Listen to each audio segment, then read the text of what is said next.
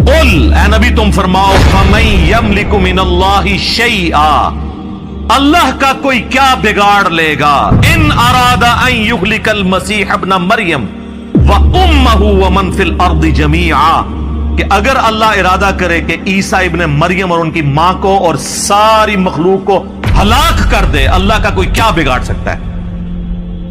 اچھا شرک کیا عیسائیوں نے، مثال دے دی عیسیٰ ابن مریم کی توحید کے لیے۔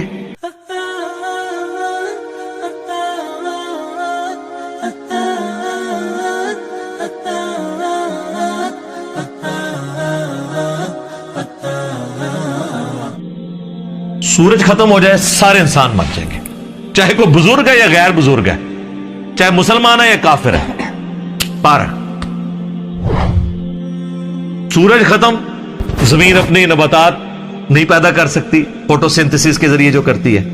جب زمین اگانا چھوڑ دے گی تو اگر آپ جانور بھی کھائیں گے تو کتنا عرصہ، جس طرح ہمارے حکمران ہمیں کہتے ہیں کہ اگر ٹماٹر مہنگے ہیں تو دہی ڈال لو،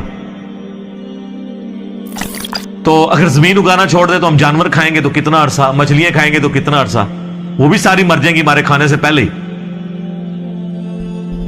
دنیا پہ موسموں کا تبدیل ہونا، ہواؤں کا چلنا، ہر زندہ چیز کی خوراک یہ ایک سورج کے اوپر ڈیپینڈنٹ ہے۔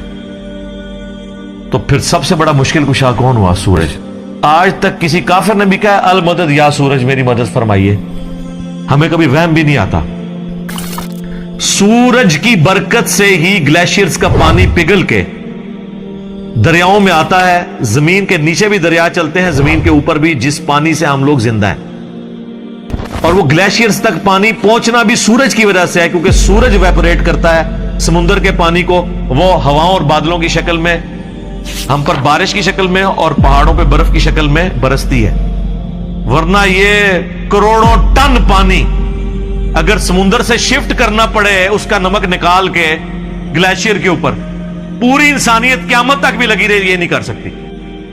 جو کہتے ہیں نہیں خود بخود ہو رہا ہے، اور جو کام کرنے سے نہ ہو وہ خود بخود کیسے ہو سکتا ہے؟ جب تک آپ اس کے پیچھے ڈیوائن سورس نہ مان لیں۔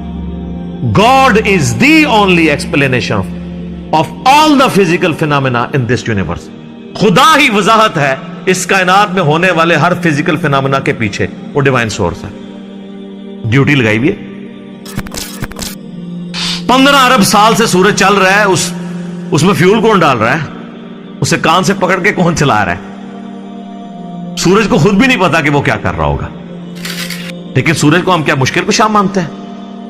حالانکہ ساری مشکلیں ہماری وہی حل کر رہا ہے۔ ہم کہتے ہیں سبب ہے، پھر بھی نہیں پکارتے۔ اتنے بڑے سبب کو آپ پکار نہیں رہے تو بابے کدھر سے آ گئے؟ بابے تو خود آپ کے نذرانوں پہ چلتے ہیں، کھانا کھا لیں تو انہیں ٹوائلٹ کی ضرورت پڑ جاتی ہے۔ اور جو کوئی کہتا ہے نا میں سمندر، دریا یا زلزلہ روک سکتا ہوں، وہ اپنا پیشاب کو روک کے بتا دے نہیں۔ وہ پچھلے دنوں ایک انڈیا کے وہ مولانا صاحب کی ویڈیو بھی اپلوڈ ہوئی تھی نا کہ شیخ عبدالقادر جیلانی کی مجلس میں ایک وقت کے بہت بڑے ولی بیٹھے تھے، اس دوران انہیں پیشاب آ گیا اور شدت شدید تھی، تو روک لیتے نا۔ انہیں خود مان لیا کہ بزرگ نہیں پیشاب روک سکتے۔ وہ کہتے عبدالقادر جیلانی نے اینڈ جناب چادر سٹی، انہوں نے جا کے ڈگی تھے، پھر کسی میدان پہنچ گئے تھے، فارغ ہو کے واپس آئے، تو روک لیندے نا۔ اس میں الفاظ ہیں، وہ کہتے ہیں وہ بہت بڑے ولی اللہ تھے، پیشاب نہیں رکا، نہیں رک سکتا نا۔